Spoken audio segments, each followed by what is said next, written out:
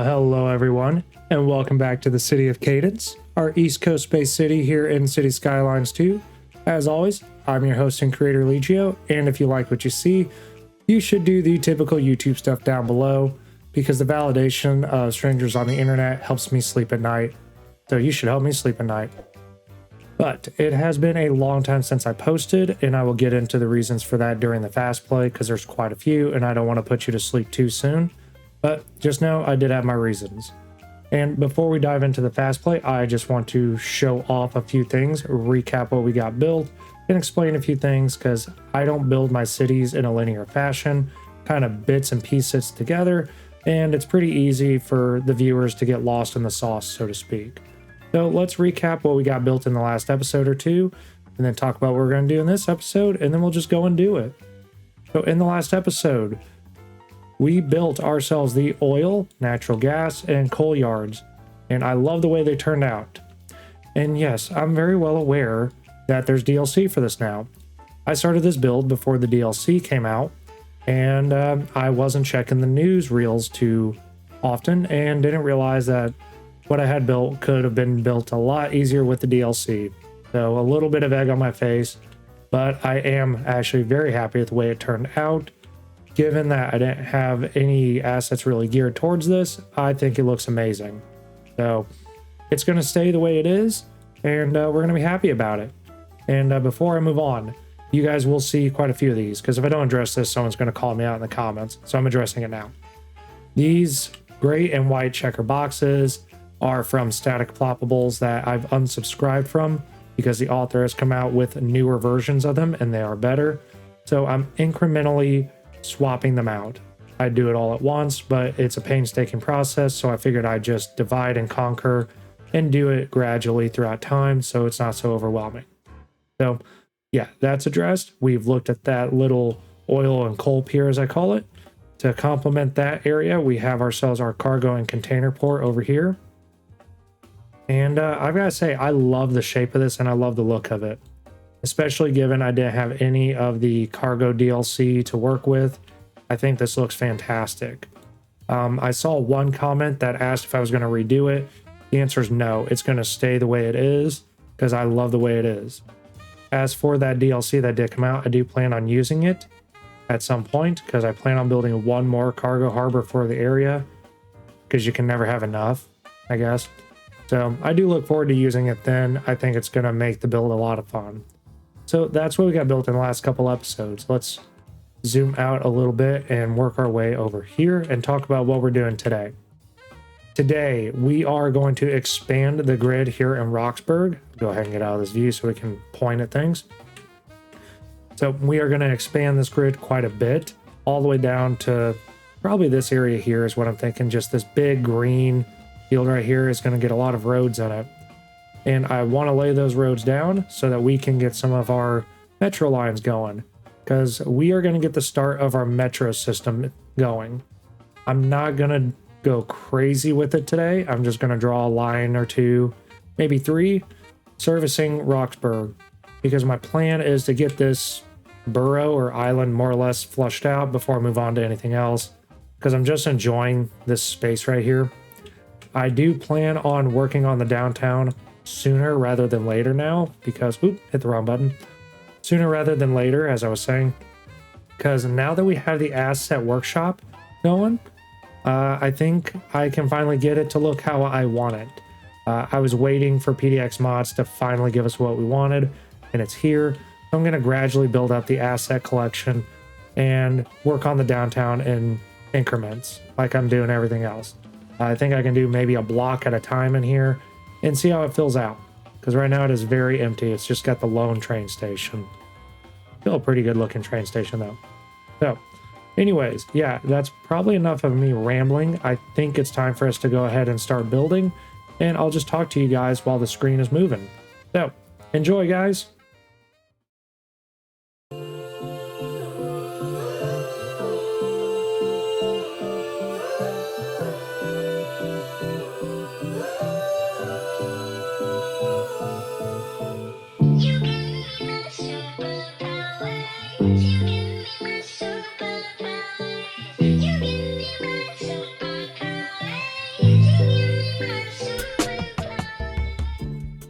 So before we begin work on our metro lines and our subway yard, I felt it was pretty important and prudent to get better highway connections in this area, because once I start expanding that street grid, it's gonna get kind of crowded and kind of hectic. So I thought I'd have this done and in place before we get to that point. It makes things a little bit easier for me moving forward. And I didn't like what was there anyways. That T interchange I always knew was replaceable, so there's not going to be any tears shed over that. To replace it, I built us a brand new parkway that's going to run alongside our massive train yard that we still have yet to detail. Promise I will get to that. I'm just waiting to see how this area develops before I put anything in stone. And I run it down to the arterial road that runs to the coastal/beach area of Roxborough. And this is going to give us future access to the beach community that I plan on building later. And this also gives our port another route option as well, just to ease the burden of the existing connection in place. It's a pretty long haul from the current highway down to the oil port, so this will really ease that burden and help with congestion, I'm pretty sure. This parkway will also give our residents more pathing options to get to their jobs that will inevitably spring up as we build that area out. And as the grid expands, I plan on having multiple connections to this highway to provide good connections for everyone to go about their business. It's also providing a good option for everyone who's going to move in to fill out the grid, because I've made the mistake once of having only one or two entrances, so traffic jammed up pretty badly on our highways, and I don't want that to happen again. So here is that awkward cloverleaf interchange I was talking about. This area was very cramped, has weird highway angles, and honestly, this was difficult to build for some reason, but we finally got it. The pond being right there didn't help things, but I was very determined not to remove that pond. I'm doing my best not to alter landscape in this build too much and build around what Mother Nature gives me. Or I guess what the map creator gave me. We're going to call them Mother Nature. But we did make it work and everything turned out just fine.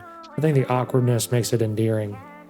And then next I move on to touch up the entrance from the parkway to our arterial road to make a cleaner connection. It's a simple adjustment, but it's one that should pay off later once the development moves in, because as everyone knows, if you have a bad intersection, it can just grind things to a halt, so I make that a lot better. I'm also never going to not be grateful for the road tools we have in City Skylines 2, because they make building that kind of intersection so easy now. Whereas in City Skylines 1, you needed a couple mods and a lot of patience to get it to look right. So thank you to whoever designed that. I really appreciate you. And then I next replaced an old highway bridge that led into our empty downtown with one of the new metro bridges from the Bridges and Piers DLC. I'll talk a little bit more about that towards the end of the episode, but it's awesome that I now have a bridge that has a metro/subway line that runs underneath it. I plan on having tracks running under that bridge since the beginning of this build. I always pictured there being a road with the subway running underneath it. We just didn't have the assets at the time of starting this, so now it's there and in place. It is subject to get tweaked and changed a little bit going forward, but I wanted to have that little placeholder down so we know what to do with it later, because sometimes I'll just forget. But I'm now beginning work on the grid itself for this area, and it's pretty self-explanatory, even though connecting the roads up to that angle road was quite of a challenge because of the heights we were dealing with. So I'll just let the screen speak for itself and let you guys enjoy some music.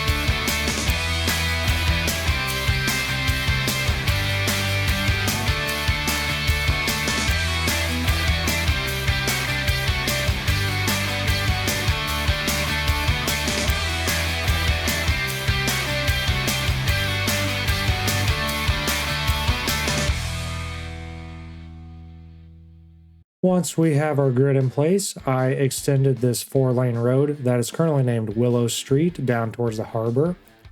I do really wish we could change the road names. I mean, you can, but it's not a very good system. That's something I wish that they'd fix in an update. So if you're listening, Ice Flake Studios, please do that. But anyways, I go ahead and create another connection to our parkway that's going to feed into the future industrial center. And the space between the train yard and the highway is kind of a no man's land. So I at least want to get some kind of solid connection in place before we start filling it out. That's going to take place in the coming episodes, I promise. And since this area will be mostly industrial, I needed a strong link to both the parkway and the highway. So I built what I'm calling the button hook interchange. And this is going to tie the arterial roads to the parkway, and then it connects up to the highway. It also looks really cool. I love the loop there. More connections though might happen as the area grows, but for now, it's on the wait and see list. And now is as good a time as any to give you my many excuses for why I've been gone for so long. So if you stuck around to hear those, you get them now. I originally started building this episode way back in the middle of October, and I got as far as the street grid, and then my child decided to contract COVID at daycare.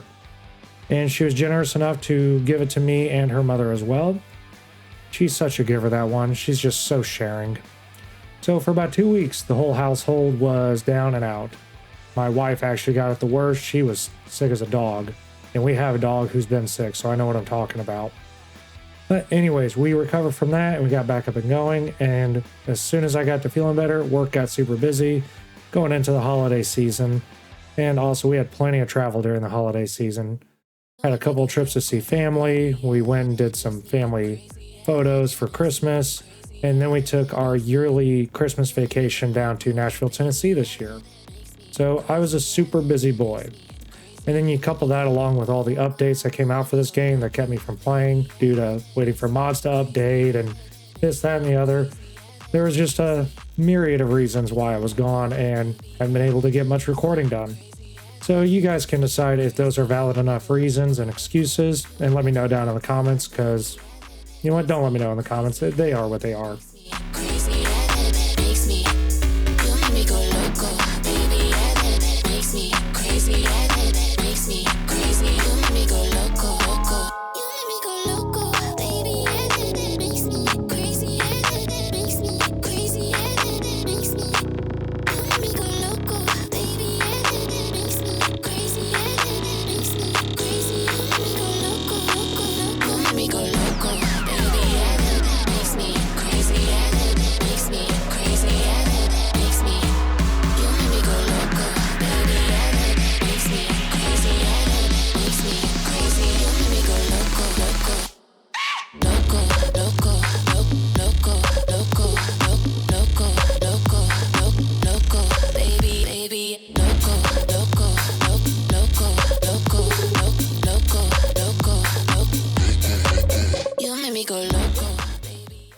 Alrighty guys, so we are nearing the end of our phase 1 build. All that's left to do is place down some of the new bike lanes, and I thought it'd be fun to do that in a live play because I don't do a lot of live plays, and I thought it could be fun for you guys to make fun of me while I do it because I haven't touched the bike lanes yet, and I didn't do a lot of bikes in Skylines 1, so it's still pretty new to me, very foreign.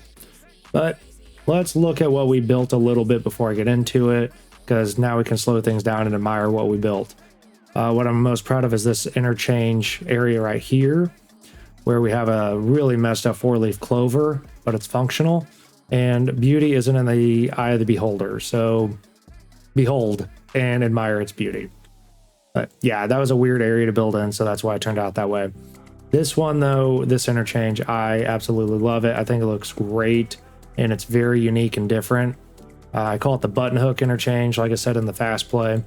So because of this curve right here, that looks awesome. But you better be careful taking that curve, I guess. You take it too fast, you're gonna find some grass the hard way. But zooming out, we'll come over to this one over here. Nothing too fancy, just a really weird diamond interchange. I thought it could meet at that intersection there and make a really busy intersection. We'll see how traffic plays out with that. I'm a little nervous, but you know, go for the glory. I did build like this little slip lane ramp that you can only go right off of. So hopefully that helps traffic. I think it's going to get really busy as we expand the city down this way. And then over here, we have one of our new Bridge and Piers bridges that came with that DLC. It has the subway or metro, whatever you want to call it, running underneath, which is very convenient and helpful to me because I was going to run a subway underneath the bridge here all along, but I was going to have to use Move It and pray the game didn't crash, and it was going to be pretty difficult. So this is good. I really like this network. The only issue I have with it is the pillars cannot be changed in their color. They're set how they are. And I mean, they look fine. I like the models. I just wish I could change them from such a bright white to a little something different, but they're good. They're just really bright for my opinion. And then the subway is going to dive down underground as it goes into the downtown area, but we'll deal with that in phase 2. So hold on and we'll get to that in a second. But before that, let's look at our grid we have going on here. And all I did was simply expand what we had in place currently. And I made a few tweaks and adjustments here and there. Like this right here, I expanded the lane count off of this interchange to feed into this main road because the traffic is going to definitely pick up. So just a bit of preparedness for that. Then we have our diagonal thoroughfare that intersects with the 2 main roads here. So that's going to allow traffic to hopefully move easily. You never know what you're going to get with these really crazy intersections like this. So especially this, I'm going to have to use Move It to fix that. But that's what we built. Nothing too crazy, but it does give us a nice little platform to put in some of our bike lanes. So let's go ahead and go into this. And okay, looking at, oh my goodness, I just realized we're making money. Guys, we're actually making money. I never make money in City Skylines. This is insane. Oh my goodness. I never make money until like the map is almost completely filled out and I have 1 million people living on it. So this is cool. And they're happy. Yay me. But we are losing people. But I think that's because of traffic issues. So anyways, enough gloating. Let's go ahead and put in some bike lanes. And I have an idea of what I want to do. So if I zoom out, we can orientate where we are geographically. Looking at things like this is confusing. So let's turn the screen a little bit. This is how the map is actually supposed to be looked at. I just don't play like that because it's hard for me to see things. Up and down. So from this point right here to up here, this is north and south in my opinion. So this is a north corner. Okay. And then this is east and west. So if it makes sense, if you go southeast, you're going out into the ocean, right? So if we look at this city like this, what is this? Mulberry Street. Mulberry Street is technically running north and south. And then what street is this? Pleasant Street. That's nice. That's running east and west, technically. So what we're going to do is we are going to orientate our bike paths along with that. And I think we're going to start with Mulberry Street. Because what I want is some bikes running this way. And I think I'm going to go in here and grab the double bicycle lane. We'll just start right here. And we'll just upgrade it all the way down. And I think I'm going to stop at this crazy intersection because while it does path it well, I think that's going to hurt our traffic flow really badly if I include that. So what I'll do instead, I think I can include a bike lane. Yes, I can. And run a bike lane up this way to here. And you'll see why I'm terminating it there in just a little bit. Okay, so then we're going to grab another bicycle double lane, and you would think I'm going to use this street right here, which this street is Willow Street, but I'm not going to use Willow Street. I'm instead going to use Brook Street because Brook Street pretty much runs the entire length, and I don't want to have too much bike lanes on major roads. That just doesn't feel reasonable or realistic to me. And also, the bike lanes run all the way to the high school, so I think that will service them well. And it runs right in the middle of this neighborhood, and it runs into the other neighborhood, so I think that's going to work out really well. Zoom out a little bit, and I guess I can terminate right here for now. We might adjust that a little bit later. And then I was thinking for some future proof, this road right here, which is Deerhurst. We can probably double lane this as well. Now we're going to come in and get our single bike lane, because I think one bike lane for one-way streets is good enough.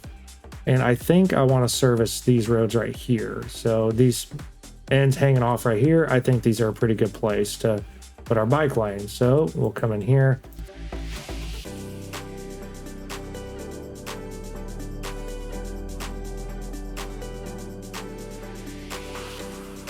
And then we can run a bike lane right there so they can kind of U-turn. Is what we're going to do now is come up here. And you remember that bike lane we ran earlier? We can now connect it.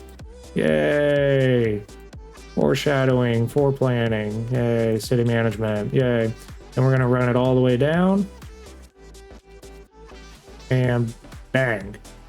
So now they have bikes. They can now ride their bikes outside of the street and not get run over. I think another good little area to help with bikes would be these roads right here that run along this plaza, because there is actually a lot of traffic, and I watched it for a little bit. There are bikes that get on this road and they are making a mess of things. So let's go ahead and upgrade these. Some good old bike lanes, run it up.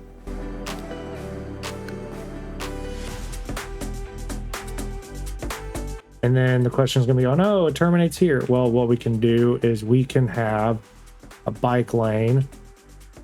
Yeah, this can just run kind of like that, and it can terminate at that road right there for now. Or we'll just actually, yeah, it'll be fine there. So now we're going to come all the way back down here. And there's my road. We're going to find this road, and we're just going to upgrade it all the way down. Okay, so they now have bike lanes, and I think I can just put a bike lane there so it can kind of loop. And we'll deal with this road here in a minute, because that might get bike lanes as well, but it might just go one way. I'm not sure yet. Now we can move over into this area here. Since we have bike lanes here, I think we can skip down a little ways and come into these and upgrade it up like a so. And then run that down like a so. I didn't catch. Hold on. There we go. I got it.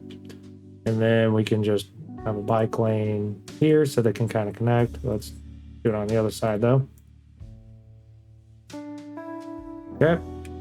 And then let's see. Those are right there.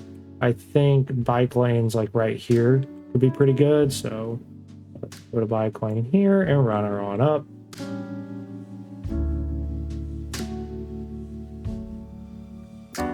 Okay, so now we have that, and I think bike lane here, we'll just do a double on this one, and that should really help some of this traffic flow, because it's going to get bikes out of the way, because they annoyingly get on the road and clog it up. We'll see. Hopefully that is enough.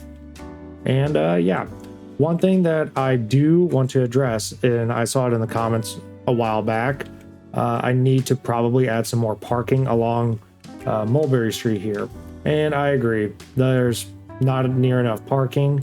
So I picked out a little spot to add us a parking garage. And these people are going to be losing their homes and shops. I apologize, but you got picked because you're the most boring lot here. So we're going to take that out. Go into parking. Where is the garage I want? Multi-level parking building. Actually, let me dezone that. That was almost a mistake. Grab multi-level parking, and we'll just slap it in real quick. And I think that fits in really nicely. The only issue we have is some space over here, which can be easily fixed by just adding in some bushes and trees. So give me a second to do that, and I'll be right back.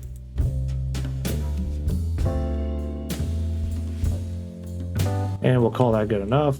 So that adds a little bit of parking to the area, and those buildings are kind of boring anyways. So we now have some bike lanes in. That leads us into phase 2 of this build, which is going to be the subway lines. And the subway lines are going to be a lot of fun. I'm excited for this. I don't want to tip anything off. So let's go ahead and just dive into them. Now work begins on our metro system. I opt to put it down with the rest of the industrial themed area because that felt most appropriate. A metro depot in an industrial sector just makes some sense. And I envision this system being very robust and covering most of the map. Each borough will get some sort of connection, even if it's just one small little station. Everyone gets a connection. And with a large metro system, we're going to need a large depot to provide us plenty of trains. And I used the vanilla metro depot that came with the base game and then changed everything about it. Literally everything. I better bulldoze everything off this building. I'm just really not a fan of how the tracks connect in the base configuration, so I rework it entirely.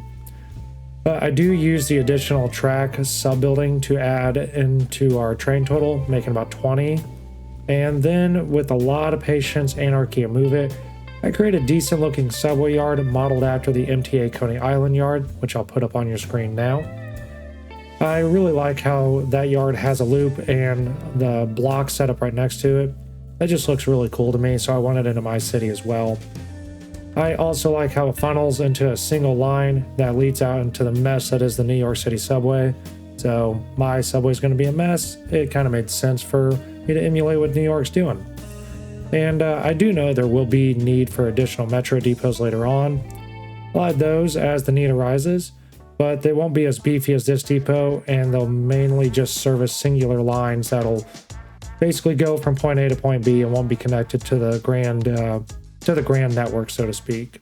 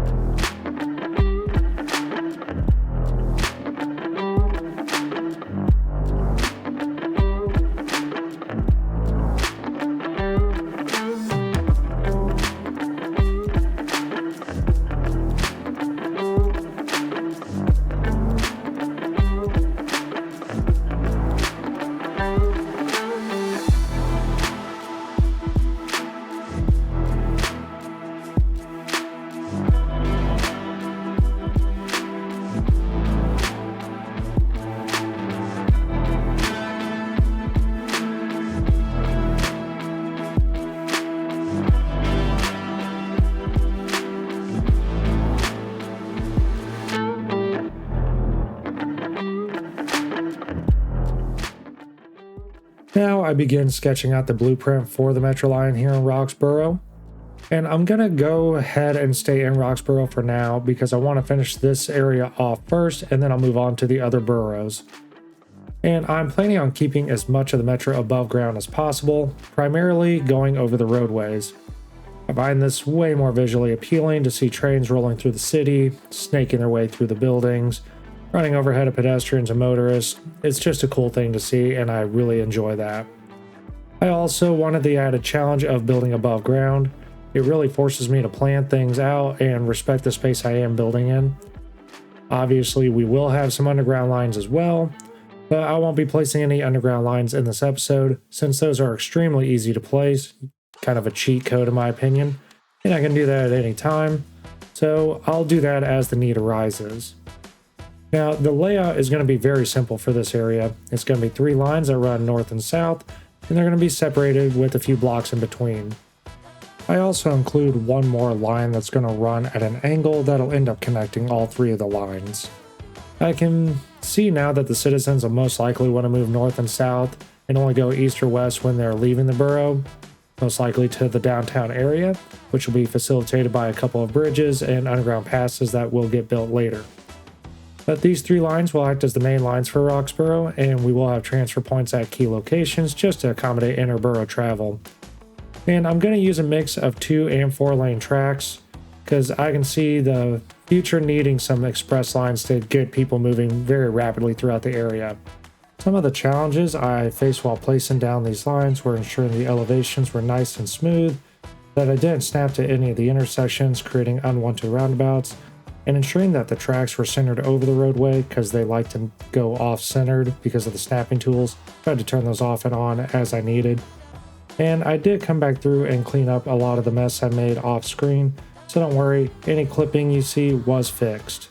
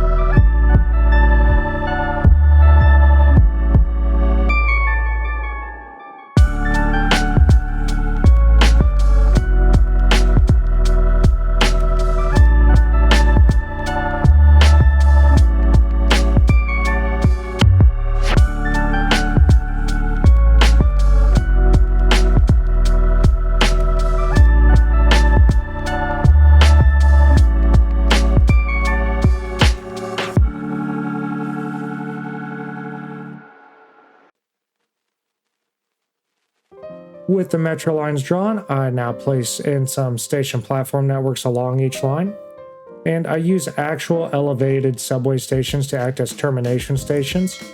This helps the simulation run just a bit smoother for my observations. And each station is going to be approximately 184 meters long and about 600 meters apart. 184 meters seems to accommodate the long subway trains really well while being a bit more compact, so it fits in nicely. 600 meters was a distance I settled on because it felt consistent, and when I play tested it, the trains had just enough room not to delay each other or get in the way. When it comes to station distance in this game, it's all dependent on the city layout and where the people want to go. But generally, I've had success with 500 to 700 meters in the game. So use that as you see fit. And then each platform will get a static metro platform roof and the static pillars to go with it to give it a more complete look. And I connect each elevated platform to the streets using the invisible pedestrian pathway. This doesn't create any crazy network malfunctions, and after playtesting it, I know it works. I saw people going up and down just fine, even if, climbing stairs looks weird. And I do come back through and add some benches, lights, and trash bins for minor detail work, but I didn't want to spend forever in a day detailing stations that I may end up moving later, depending on how the city grows. And I feel I've left this system flexible enough to adjust as needed. These stations are also going to force me to think more seriously about the land use around them, such as making sure they're near important travel destinations, such as schools, like here, where it kind of runs right in front of one. And now, before you crucify me in the comments about an elevated subway line running in front of a school, I did find a real-life comparison.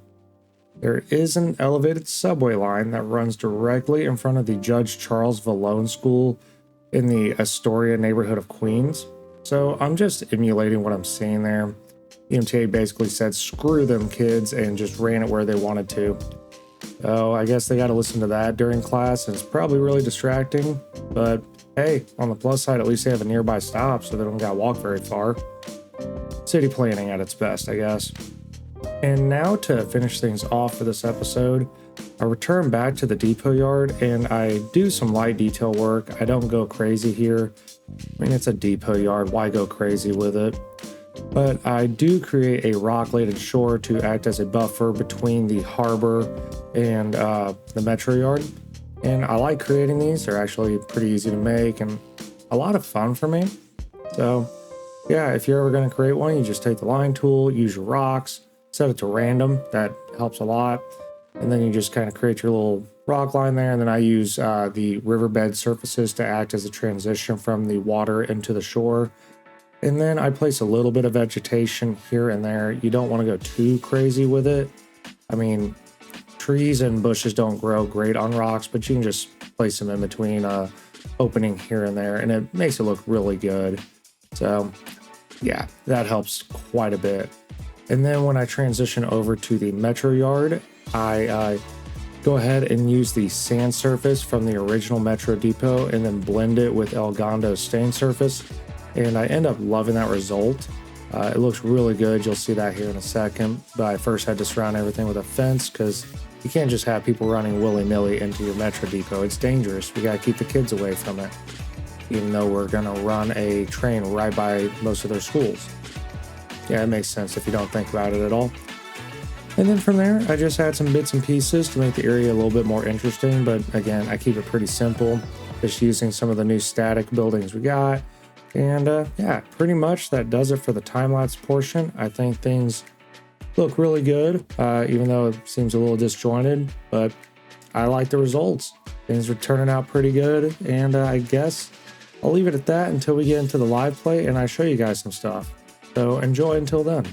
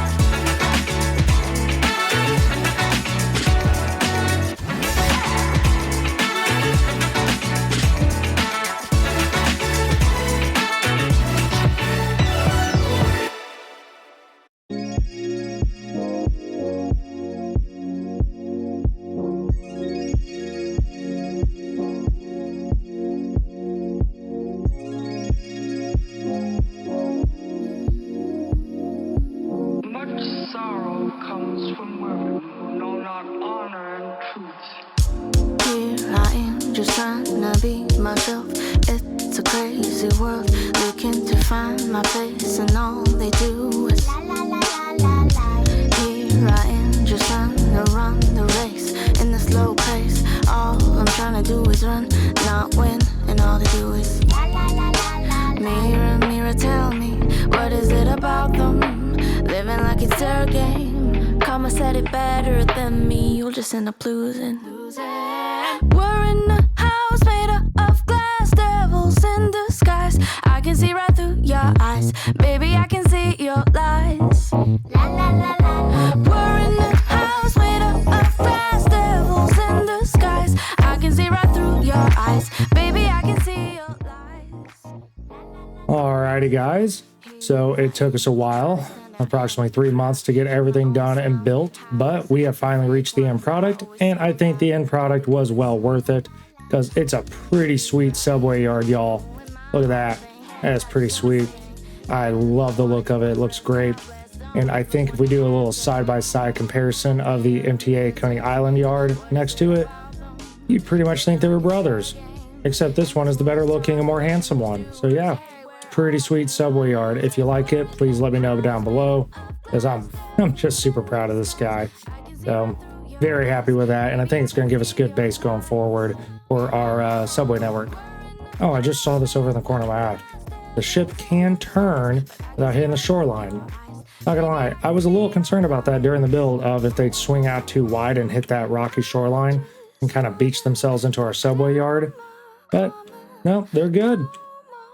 A little awkward, but I think that's going to work. It's going to look pretty cool too, I think. So it's always good to not have cargo ships run into your subway yard.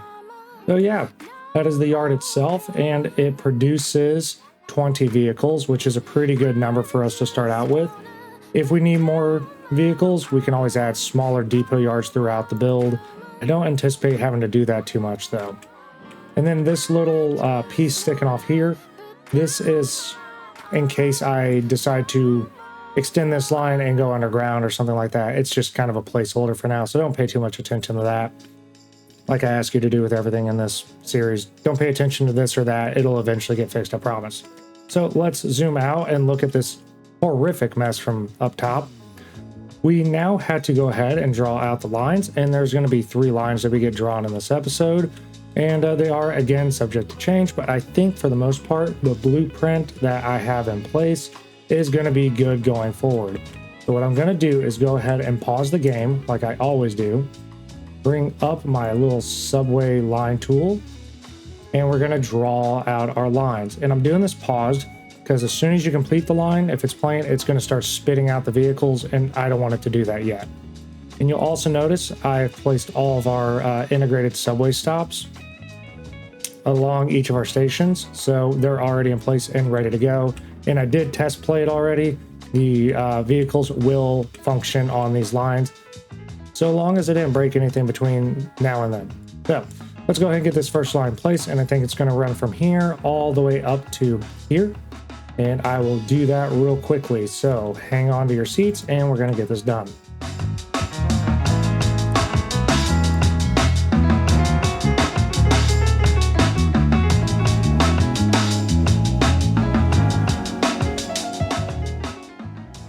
Okay, so now we have the route complete, so I want to go ahead and jump into our transportation little display right here. And it's a blue line because I changed the basic color of the lines to blue. I like that better than the green. And I'm going to change this to just the blue line because I like colors for my line names. And before I do anything else, we're going to take the assigned vehicles from 5 down to 3 because we don't have a lot of people in the city just yet, so I think 3 is just going to be the right number. 5 is going to be too many, and it's going to clog up the lines. And then I'm going to change our model from this light 4-rail 4-car unit to an actual subway train because I really like the look of those. So we got that, and I'm going to go ahead and exit out completely, and we're going to hit play and see if it spits us out a little subway train. Go ahead and speed this up. All right, cool. We have 2 trains coming. Yeah, that's cool. That's going to be pretty cool. Yeah. So that's going to run the lines for that. And I'm giving these a little bit of time to think about what they're doing here because you can see they don't know what they want to do. But while they start to figure their lives out, we're going to go ahead and draw in one more line. And I think we're going to use this right here. We're going to just draw right along there. And I'm going to connect it up at a couple different spots with the blue line. So we're going to start with that one and work our way up.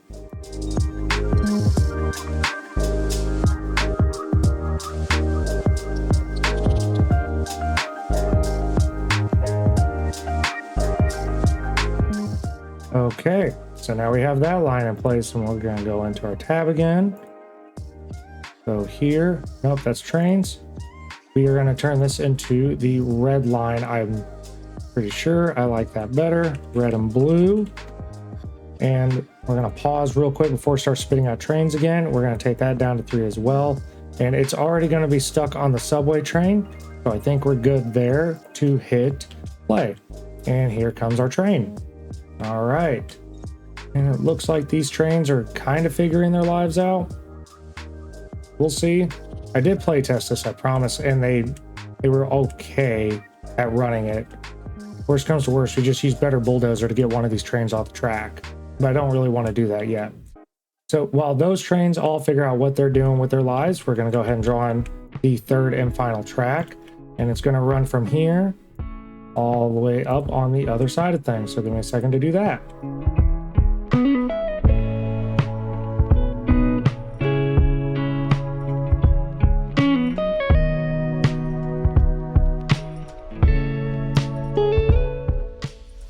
All right, now we're going to go in. I already paused it. We are going to turn this into the green line, but we're going to darken it up just a little bit. And this can be the green line. All right, so we have red, blue, green, all the primary colors. We're going to hit play and we're going to get out of this view. Oh, wait, you know what I forgot to do with the green line? Forgot to lower the number of tracks, or vehicles, not tracks. And we're going to take that down to 3 as well. And we need to change the model because it defaulted back. So there we go. Now it's correct. Okay, so now we have the subway cars running. And let's see if it figured out its life. It did. All right. So that is pretty much the episode, guys. Again, it took me a while to get to this, but I think it was worth it. And I know it doesn't look like I built anything too crazy, but I think this is going to really help us going forward. It's a nice open-ended plan, and it's a good blueprint to work with. Please forgive me. I don't talk to a microphone very often anymore. So anyways, guys, that's the episode. If you enjoyed, please do the typical YouTube stuff down below. Now, please enjoy some of the cinematics of my trains running where they need to go. See you in the next episode.